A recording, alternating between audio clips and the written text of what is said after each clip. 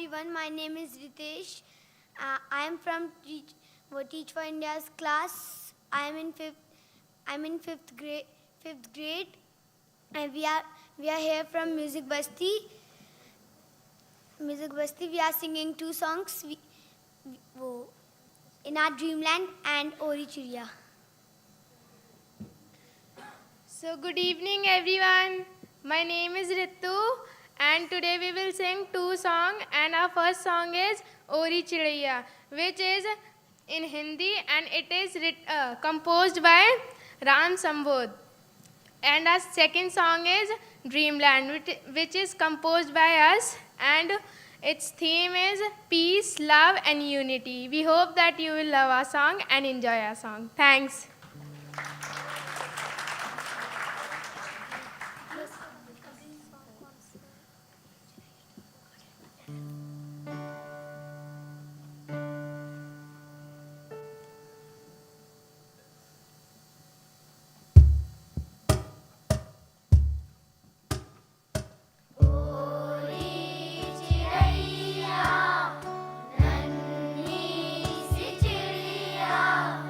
अंगना में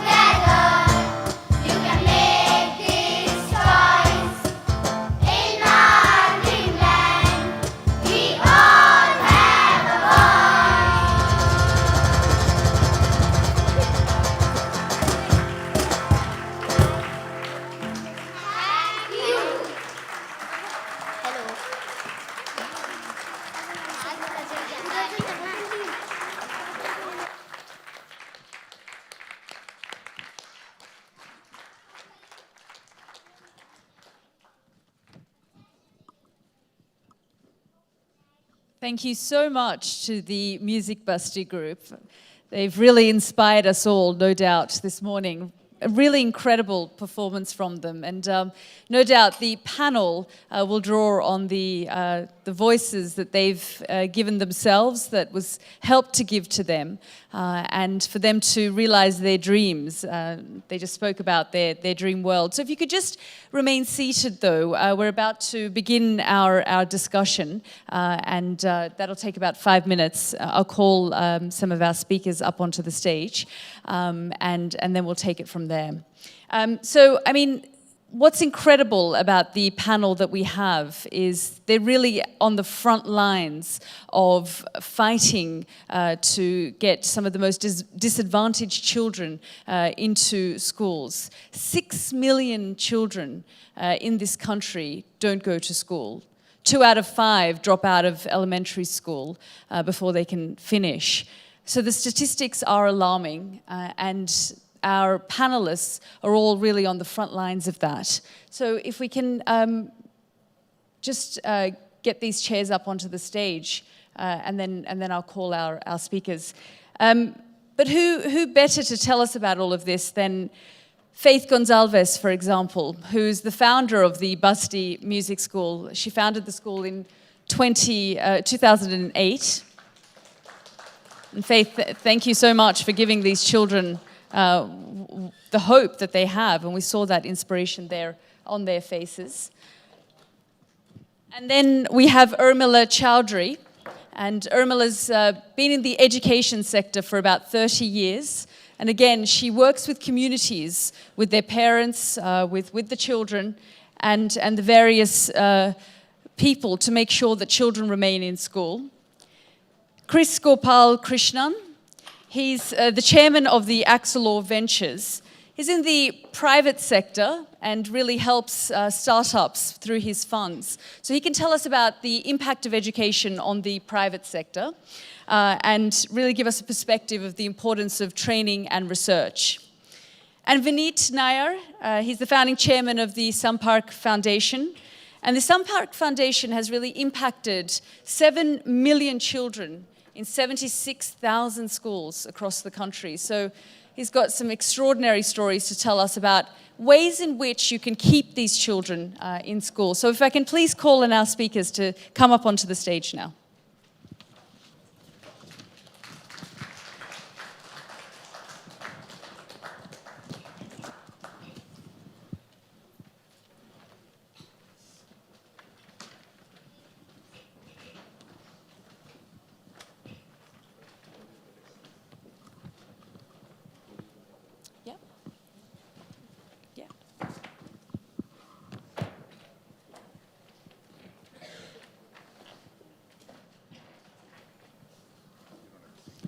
No, please take a seat. I think they've put name cards down, but.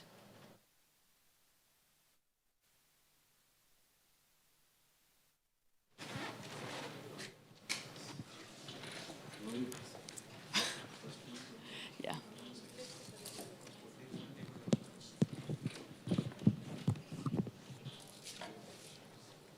I think if we can move. Sorry, I think I've preempted it. Yeah. So if you can find your names. So I'm just here in the middle.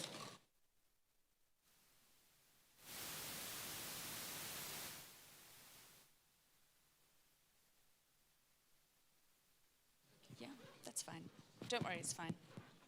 No. That's okay. That's fine, don't worry.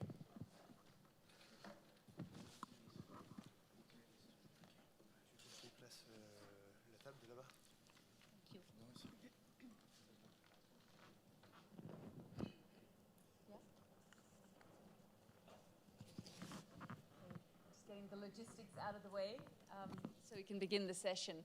But I'd really like to begin with you, Faith, because it truly was inspiring to see these children up on stage, but they've been part of your program for 3 years. What were their lives like before this began? So the students that we saw performing, they're sitting in the back there. So complete credit to the teachers who've worked with them. And they go to a government school, and they are very privileged also to be part of a Teach for India program. So I think the quality of teaching and the experiences that they access they are privileged in a sense. So I think that being said, and when we will hopefully hear from some of the students in a bit. Yes, they do come from difficult neighborhoods or difficult backgrounds, and their access to education is limited, but with the right to education, they have been able to go to school. All of that being said, I think there's a lot lacking in the schools. Many schools now, like we'll hear from other people on the panel as well, opportunities are being created, but again, the problems are very complex, and programs like ours, we believe, play a very important role in offering experiences and learnings that otherwise are missing in the classroom, or missing in the school, or in the community, or in parenting. Because the basis of what you guys do is to try and give life skills as well. Yes. So the confidence that we saw of these children is something that you work on with the kids. Absolutely. So while our pedagogy and our content is musical, our outcomes are very focused on building skills like confidence, creativity, critical thinking, skills that help young people become successful in today's world. A lot of these kids also are doing well in school, which is great, but that's not enough anymore. Not only are children typically in our system not doing well in school, they also don't have a lot of these critical skills to succeed. And that's really where we feel our programs like ours have an important role, because they really do help to nurture those skills. The younger you can start building those skills, the better. I'll bring you in, Urmila, because Faith really talked there about the challenges that exist in these schools. And you're firsthand right there every day with these children, talking to their parents, talking to their communities, and talking to the children. But just tell us about some of the challenges that you face on a daily basis. I think the first challenge is quality, because we've managed to bring children into schools, but once they're in the classroom, in school, there isn't anything much happening to keep them in school. To keep children in school, you have to have parents who are invested, teachers who can engage children, who know how to engage children, an exciting curriculum, and every stakeholder interested in keeping the children in school. And all of that is very hard.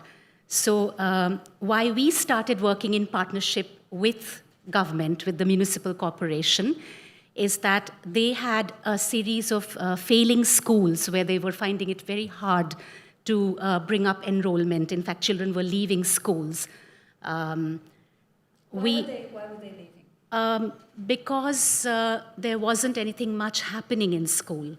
So it becomes a self-fulfilling prophecy. When there's not much happening in school, children leave. As children leave and enrollment goes down, teachers do less because they are demotivated. So even to keep teachers motivated to teach, to do their best, you have to have children coming into school. So that's the first thing, to provide an exciting, engaging, interesting curriculum, things for children to learn, a challenging, exciting curriculum that keeps children in school. And for that, you need teachers who know how to do that, right? Yeah. Vineet, I'll bring you in, because you talk about this frugal concept, that there's the NGOs and the government are at odds about how to provide for these children. Can you tell us a little bit more about that? Because your programs have benefited about 7 million children.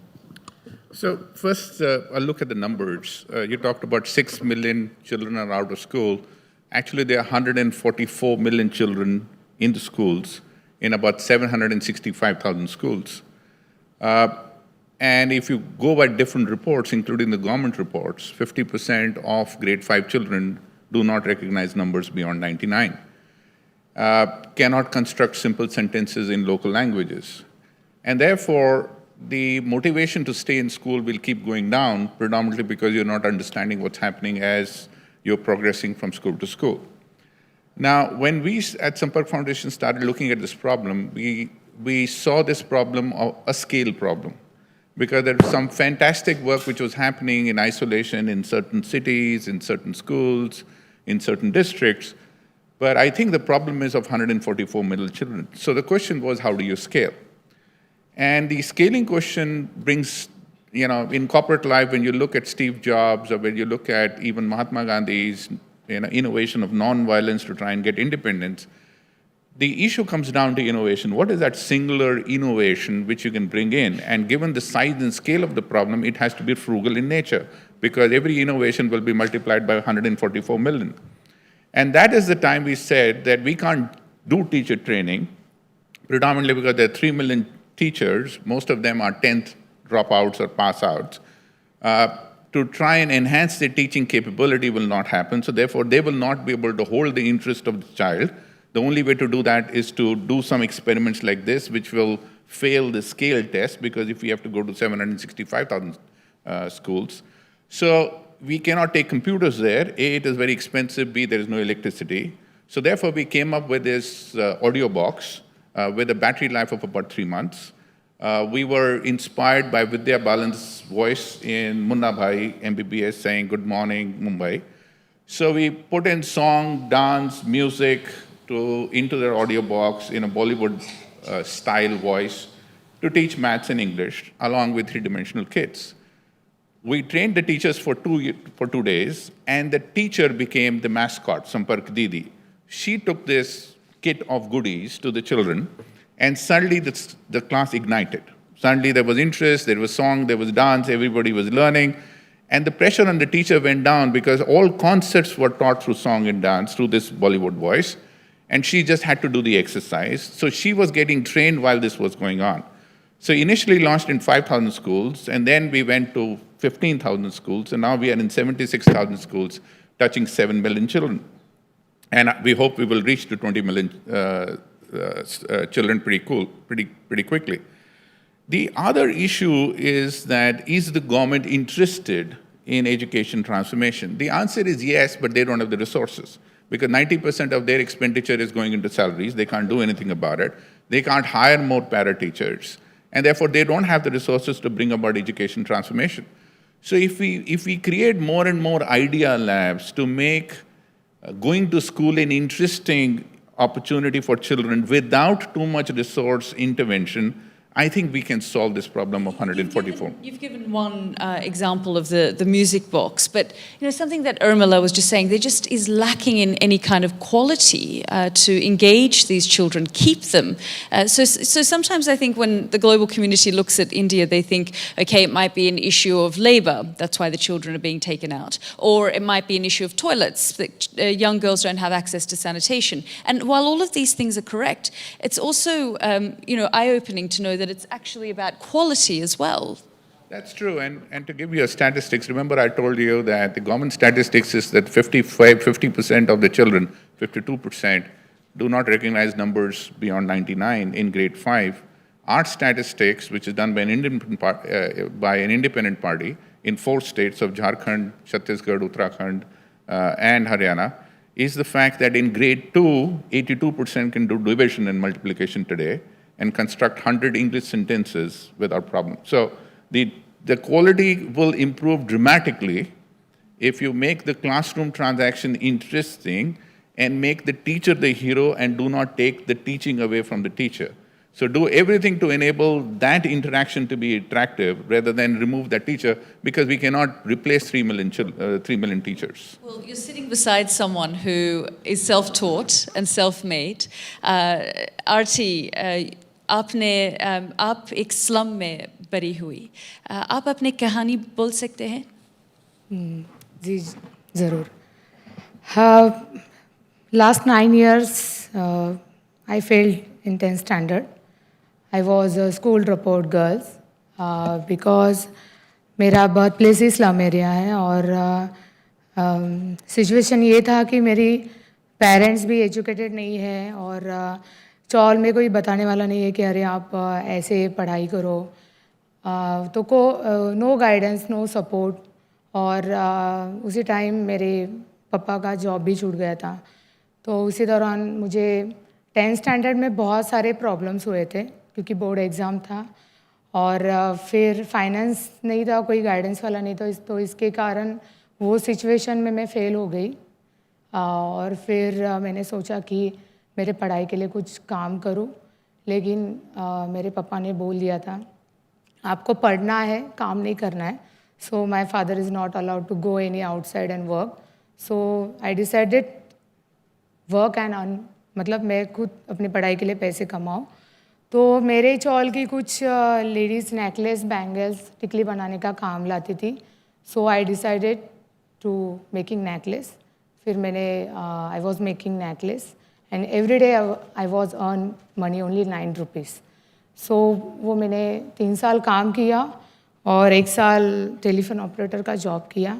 Then 4 साल के बाद I passed my 10th exam, and when I 12th, I realized कि whatever I face in my life and in my education, so same situation in my community. क्योंकि पीछे बहुत सारे लड़कियाँ drop out होके घर पे ही बैठे हैं, कुछ पढ़ाई नहीं कर रहे हैं, शादी कर रहे हैं. एक की तो दो बार शादी हो गई. तो ये अपनी लाइफ नहीं है. हमें पढ़ना चाहिए, हमें डिपेंड नहीं रहना चाहिए. ये मैंने सोच ठान ली. और फिर एज ए स्लम गर्ल्स मुझे भी पता नहीं था कि कैसे लोगों से बात करनी चाहिए. मुझे, आपको यकीन भी नहीं होगा कि मैंने कभी मेरे लाइफ में पिकनिक भी अटेंड नहीं किए, नो बर्थडे सेलिब्रेशन. सो ये बहुत न्यू था मतलब मेरे लिए. तो मैंने ऐसे ही फ्रेंड सर्कल से बात की कि मुझे लड़कियों को पढ़ाना है, लेकिन असल में पढ़ाना है कि नहीं ये भी बहुत ज़रूरी है. देन आई जस्ट एक सर्वे किया, बेसिक सर्वे लैंग्वेज और मैथ्स के ऊपर लड़कियों के साथ. तब पता चला कि अरे 7th स्टैंडर्ड की लड़की को अल्फ़ाबेट के अलावा कुछ पढ़ने को नहीं आ रहा है. तो वे definitely drop out in 10th standard. Because अगर आपको पढ़ना लिखना नहीं आ रहा है तो आप पास कैसे होंगे. फिर एक बार कॉन्फिडेंस लूज़ हो गया तो फिर कोई नहीं आता बताने के लिए कॉन्फिडेंस नहीं, आप उठो पढ़ाई करो. जैसे मेरे लाइफ में हुआ, कोई नहीं, बस पेरेंट्स का सपोर्ट था, लेकिन कोई ऐसे no one to come and support girls education. So that's why I started Sakhi. Sakhi means female friends. और फिर मैंने 5 लड़कियों से शुरुआत की. मैंने सब एक्सपीरियंस के साथ ही मैंने शुरू किया है. मैंने लड़कियों के पास स्कूल के अलावा कोई बुक्स नहीं था. फिर मैंने इंग्लिश बुक्स लाइब्रेरी चालू की. पैसे में बहुत सारे मुझे प्रॉब्लम्स आए थे, इसके लिए मेरे 4 साल वेस्ट हो गए. तो फिर मैंने सेविंग बैंक एक्टिविटी चालू किया. फिर उसके बाद और लड़कियों के पास मुझे जुड़ना था कि और लड़कियां आए. तो फिर मैंने डोर टू डोर लाइब्रेरी चालू की.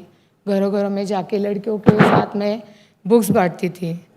फिर मैंने न्यूट्रिशन इस साल मैंने चालू किया. तो ये सब एक्सपीरियंस के साथ. तो 8 साल कोई नहीं था, ओनली 1 वुमन शो. क्योंकि मुझे भी पता नहीं था कि कैसे. 4 साल तो कोई सपोर्ट नहीं था. मैं खुद पार्ट टाइम जॉब करती थी, कॉलेज करती थी और लड़कियों को पढ़ाती थी. तो ये एक शॉर्ट में बताऊँ कि एक मेरा बहुत बड़ा इम्पैक्ट है कि मैंने 5 लड़कियों के साथ शुरू किया था सखी को. अभी अबाउट 300 मैंने पास आउट किए हैं लड़कियों को. तो एक मतलब जैसे ये इस्लाम में रहने वाली लड़कियां आज ये स्टेज पे हैं, तो मैं हर एक लड़कियों को वही बोलना चाहती हूँ कि you can do it, you are a change maker. तो आपको एक प्लेटफॉर्म मिलना चाहिए जैसे मुझे मिला है. और मैं हर एक बार मतलब जो भी मुझे प्लेटफॉर्म मिला है मैं मेरे बस्ती में शेयर करती हूँ. और वो लड़कियों को कॉन्फिडेंस मिलता है, एक स्पेस मिलता है कि नहीं हम कर सकते हैं. तो ये 9 सालों में एक भी लड़की ड्रॉप आउट नहीं हुई है, एक भी लड़की फेल नहीं हुई है. और मेरी जो भी ओल्ड स्टूडेंट है वो मैकेनिकल इंजीनियर है, ITI कर रहे हैं. सो आई एम सो हैप्पी कि हर एक को एक स्पेस मिलना चाहिए स्लम में रहने वाली लड़कियों को. तो जैसे I got a Femina award and young queen leader award, change maker award. So हर एक लड़की को मिल सकता है, लेकिन एक सपोर्टर चाहिए, एक गाइडेंस चाहिए उनके लिए. तो मैं सखी हूँ उनके लिए और वो सखी बन रहे दूसरे के लिए अभी. Thank you. आरती, आपकी प्रोग्राम में कितने बच्चे आप आज हैं? ओके, अभी 75 है. रेगुलर बेस पे हम लोग 3 बैच में उनको पढ़ाते हैं. बेसिक एजुकेशन, उनको लाइफ स्किल ट्रेनिंग भी रहती है. और ये एक इम्पैक्ट है कि लड़कियां को पहले बुलाना पड़ता था 2008 में. मम्मियाँ नहीं छोड़ती थी. अभी ऐसा हो रहा है कि मम्मियाँ खुद पढ़ने को आ रही है. तो मैंने मदर स्कूल भी चालू किया है इस साल से ऐसे. तो 75 रेगुलर बेस पे और मेरे 450 गर्ल्स है जो बुक्स बैंक हम लोग डोर टू डोर लाइब्रेरी जो चलाते हैं, उनमें 450 लड़कियों को हम लोग बुक्स बांटते हैं. I mean, Chris, it's incredibly inspirational to hear Thank you. Artie's story. You know, the change that one person can bring. But the theme that, you know, I seem to be hearing right across the board is the lacking in quality. How do you provide quality education to the public sector? You work in the private sector, and how can the private sector assist? Okay, So first of all, you know, as you said, I'm inspired by every one of these people, and it's a privilege for me to be on this panel. It's not just the private sector. I think every one of us have benefited, and I feel that all of us must at least support one child at least, not part of our family. And if all of us come forward to do that, I think we can make sure that every child has the opportunity to get support. And of course, that's not sufficient. We need teachers. So what can corporates do? What can individuals do? You know, they can fund, support such initiatives, and help scale up these initiatives. The scale is required. You know, there are many such great initiatives in India. What happens then is, how do you scale this to reach every single student in the country, every child in the country? Because unless we have every child getting the opportunity to reach the fullest potential, we will not be a developed country. Because that's, to me, the symbol of a developed country, that every child has the potential to reach his or her fullest potential. And that's what we can do. You know, some programs, you know, I've been part of, you know, Infosys has been supporting, etc. One of the largest programs that we are supporting is Akshaya Patra, which is giving 1.6 million midday meals every single day, I believe in about 14,000 schools in 12 states. It's probably the largest midday meal program, you know, in the country, maybe in the world, actually. And through that, a study has been done. The issue of nutrition has been addressed. I think nutrition-related deficiencies and illnesses has brought down to 92%. There are more children coming to school, staying in school because of the meal that they're getting there. Through Infosys Science Foundation, we are supporting teacher training, especially in science. We have a program we bring scientists in touch with students so that we can inspire them to take a career in science. But you know, the thing is, you get overwhelmed with the challenge, and that's why I'm inspired by all these people, because they're actually doing it. They're involved. They're helping, you know, a child transform himself or herself. You know, when you saw the children confidently standing here and singing, I was reminded, you know, my childhood, I would not have been able to do this, but they're able to do that. They have a future ahead of them, and we must make sure that that fullest potential is achieved. Can I just pick that up on that point, Urmila? How do you prioritize these disadvantaged communities? You've worked in both the private and the public sector. How does the country, the nation as a whole, prioritize these children who aren't going to school or are dropping out? Difficult question, because obviously, you know, we need to reach out to every disadvantaged, marginalized community. The problem is of bandwidth. How many people are out there actually working with communities to bring the children into school, right? Because as we know, it's not enough to have a school. It's also very, very important to invest parents in that school, for parents to feel that it's important for their children to come to school. So we actually just go out into the communities and we talk to parents. We try to prioritize the children who are not yet going to school. For some reason, the parents are keeping the children at home. So we talk to them about the importance of their children coming to school, and we beg them literally to send their children to school. Sometimes parents don't see the point of it, but once the children start coming to school and they see that they're really having a good time, they're learning, The hours in school are constructive, productive, useful. Then the parents also get invested. And it's also very hard to get parents to understand that they also have a voice. For too long, school and parents have been kept apart. Parents don't feel that the school is their school, their children's school. They are as much a part of it as their children are, and they have a voice to ask for things, to ask for a certain kind of education, to ask for quality and excellence. So my organization, I work for ARC India, till recently called ARC India. Now we are called People. That's our new name. We focus a lot on giving parents that voice. We have regular monthly meetings with parents. It's an open house. Anyone who has the time can walk in. It's just conversations over tea, very free-flowing, but just to get parents to understand that they can question the teachers and the school leader.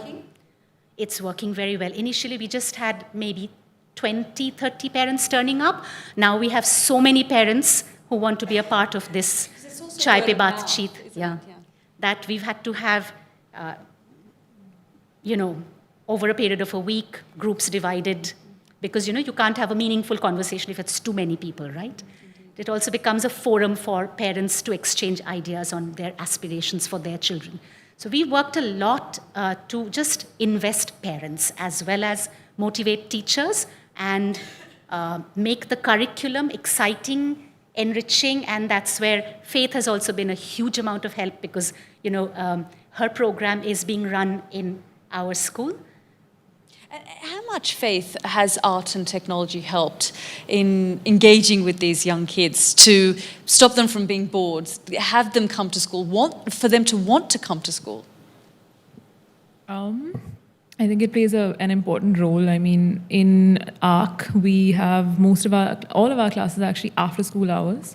A lot of the schools we're working in right now, we're piloting in, we are working during school hours. The students you just saw perform, they stay back for a couple hours, sometimes after school. This week, actually, they've stayed back every day, including yesterday, that was a holiday, to rehearse. So yes, it definitely brings children to school. Technology does have an important role, but schools, again, are poorly resourced often, and then we are taking in things like laptops or using projections and all of that ourselves, but typically that's not something that's available. Mobile phones have been great in this respect. Kids can access music and media and all of that almost for free, or if not for free now. So things are changing dramatically, but again, I would just come back to that same point that was raised earlier. It's about how is that technology and all of this being curated? Is it, how are they accessing it? Is it really, what purpose is it serving? Those are important questions to think about with programs like this. I'd like to open the floor up for some questions, so that you can engage with our speakers here. But before I do that, actually, I'd love to hear from some of the kids from your school. But I'm not sure if they're there anymore. I do see Ritu. So I would go and just have a chat to her and see how she's enjoying the Basti program. Thank you so much, Ritu, for sharing your songs with us. Tell me, what do you like most about the Basti School? There are so many things which I like about Music Basti things. Like whenever I go to school to join Music Basti class, there are my friends and my teachers who really cares about me, and whenever I want anything, I just ask them to give me and they give that. And whenever we are having a Music Basti class, we enjoy and dance, and whatever we want to do, we do that. So that's all. And so many things are there which I really want to tell you, but I don't know how to. Why? Why didn't you tell us? What do you want to say? So I think however we have a music class, I think that should happen in other schools also, so that however we are enjoying So I also want that other kids also enjoy that time with their teachers and have fun. Thanks. Do you tell your friends about what you're learning at Music Basti? Sorry. You tell your friends about Music Basti? Yes, whenever I tell about Music Basti to my friends, like they also think that I wish that I was in Music Basti.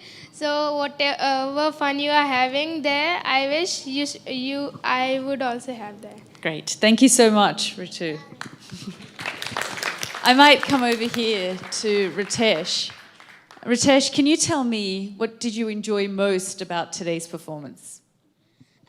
I enjoyed that everyone was starting the music in one time and they were singing at the right lines. So did you do a lot of rehearsal before you came today? What? You did a lot of practice before you came? Yes, I done a lot of practice. Tell me what you like about Music Basti. I like that in Music Basti we all enjoy that much we can't enjoy in any subject or any activity. And is your mum and dad, they're happy that you're part of Music Basti? Yes. What do they say? They says you can go to that function and you also can join them because you will go more far. You can make their names. Thank you so much, Ritesh. Thank you. I don't know if there's any questions here. We've got a question right here. Yeah, sure. Why don't you ask a question while I've got you here? Can you get in my... Yeah. So one of the most marginalized communities in India is, of course, people with disabilities. And most schools are not really accessible to them and they don't really manage going towards inclusive schools. So I would just love to know if Urmila, Faith, and the others, how many people with disabilities have you already seen, or how many case studies do you have of people with disabilities in your initiatives? And what more can both non-profits, corporates, and the government do to encourage inclusive education? So you're absolutely right. You know, the government school buildings are not accessible. They are built on a very old plan. And we are working with government to make them see that we need to make the school buildings disabled friendly. It's a long road. Everyone knows it has to be done.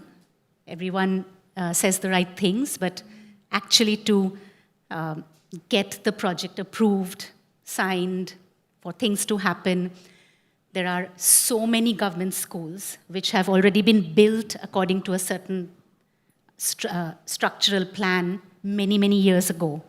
So transforming all of those schools into disabled-friendly schools where, you know, there are ramps going up all the way to the top floor. So ground floors can always be used, but top floors are often inaccessible. So again, it's the same thing. So you can do anything you want on the ground floor. You can have teachers who have disability, children who have disability, but you know, if the building is not fully equipped to deal with everyone, then how do you manage? So it's a long road. It hasn't happened yet. Vineet, if you want to come in. I think the way we see it is that it has the three problems here.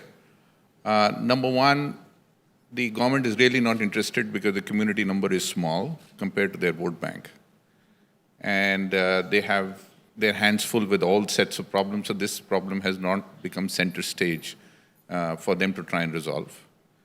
The second problem is that the kind of infrastructure funding which is required to try and solve this problem at scale, not in few schools, is not available. But I think what we can solve, and that is where we are attempting to solve it, is to change attitudes. So if you change attitudes of the co-students and change attitudes of teachers, then within that small cohort of community, you can overcome the infrastructure constraints. It may not be great, but at least there will be some help available, some understanding available, some appreciation available. And that is what our attempt is. And I think if we can focus on that, which is not very resource intensive, but change people's attitude and change people's way of approaching this problem and solving it in the local community, I think we'll make significantly more progress rather than pushing the government to try and create the infrastructure, which I think is a long road. We've got a question right here. Yeah. First of all, thank you for your presentations and congratulations on all the great work that you're doing. My question is really to Faith. It's not a question, it's more a general comment. Is that congratulations on the work you're doing and that music and activities really help engage the students, and that's something that I think, Vineet, you've also found. You know, my concern is that a lot of these programs which are what engage children, they end up becoming after-school programs. What that does is, it always feels like an add-on, and it feels as though it is less important, which is why it's an add-on. And it's almost optional. So it almost devalidates it and euphemizes it, which is a mistake. If we understand that this is such an important key for engaging children, and activity-based learning is an old pedagogic principle, then we should be, and I would suggest that you work hard at getting the schools where you're working to integrate it in their normal school day as part of their math and English and other learning, which is what I think you're doing, Vineet, which is an excellent idea. Lots of this, including life skills programs. They're successful, everybody knows it, but they end up becoming after school. When we know that, the important thing is to change what's going on in schools. Too much of the conversation around education stops at, oh, we must get children into school. Then we talk about quality. But even quality is not, the conversation isn't deep enough. So what do we, oh yes, they must learn to read and write well, all these sentences, etc. What sentences are they reading? Should they not be learning to think and feel well? And so that's the step to take forward, I think. So I would recommend that all these programs, then what are we doing to get them integrated into the formal school curriculum and into the formal school day? That's my... Thank you. Thank you. What we might do is just take the 3 questions here. We've got 5. Yeah, did you want to respond? Sure. I just wanted to say first, thank you for your comment, and what you shared is really important and it's completely true, and what we've already, and we absolutely believe what you have suggested. What we have begun this year, since we're trying many different things through the course of this pilot, we have already started approaching, this is not supposed to be an after-school program or a hobby program. I completely agree with those, those words. So what we have already begun doing is approaching schools, really negotiating is the word with the principals, to integrate the program where it's not an optional program, all students participate. So we've even launched now in class 1 classrooms, where every student is participating in the program, including at Urmila ma'am's school. We have grade 2 and 3, the entire grades are in the program. And they have different classes through the week, because that is the model that we want. It is not intended in any way to be a talent program. And it's great if the kids are talented and if they perform well, but it's not that kind of program. It's for every student. So that's what we would like. Thanks, Faith. Thank you. We'll take these 3 questions because we've just got about 4 minutes left. So I'll take them all at once and then we'll put them straight to the group. Yeah. Excellent, thank you.